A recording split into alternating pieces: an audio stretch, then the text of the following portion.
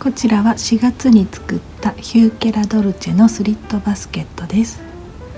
直射日光に強いと言われているヒューケラドルチェ7種類入っています。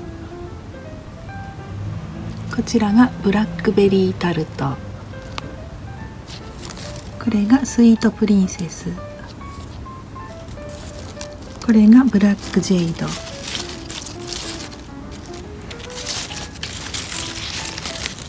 これがチョコミント、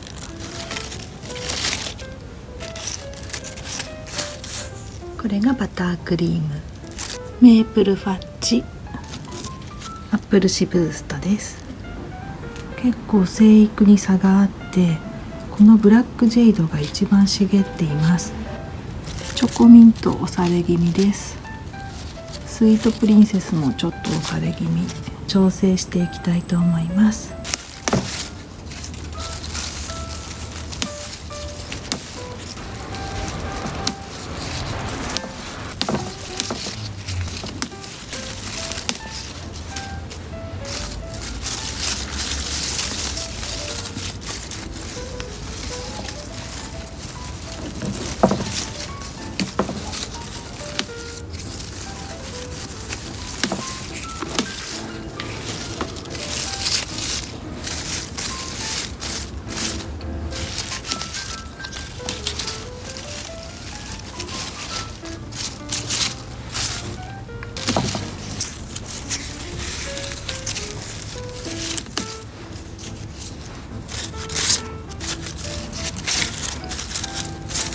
この辺のトラディスカンティアもかなり伸びたので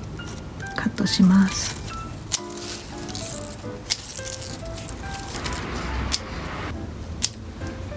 リシマキアも少し切ります。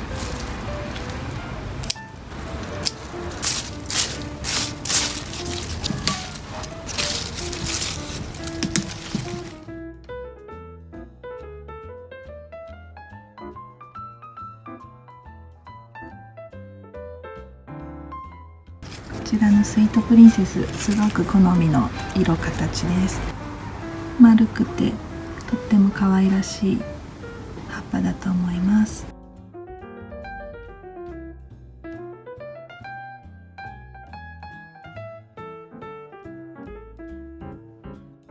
あとはこちらの IB 肥料をあげていきます。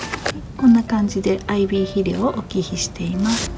でこちらは PW のヒューケラドルチェの中でも直射日光に強いっていう観点で選んだ7種類なんですが、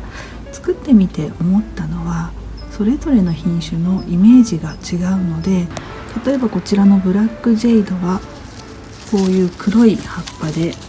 波打っていて勇ましい感じ、かっこいい系なんですが、こちらのスイートプリンセスは葉っぱの形も丸くって可愛らしい感じ。このチョコミントもスイートプリンセスと同じで葉っぱの形丸っこくて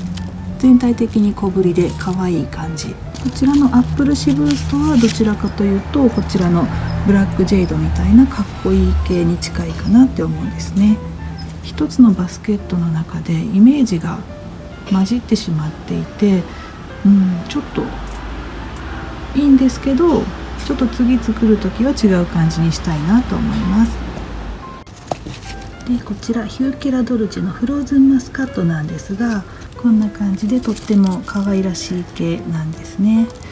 ですのでもし次作ることがあれば、私どちらかというとこういう丸い葉っぱが好みなので、このフローズンマスカットとチョコミントとスイートプリンセス、葉っぱが比較的小さくて丸い感じの可愛らしいイメージのバスケットを作ってみてもいいかなって思います。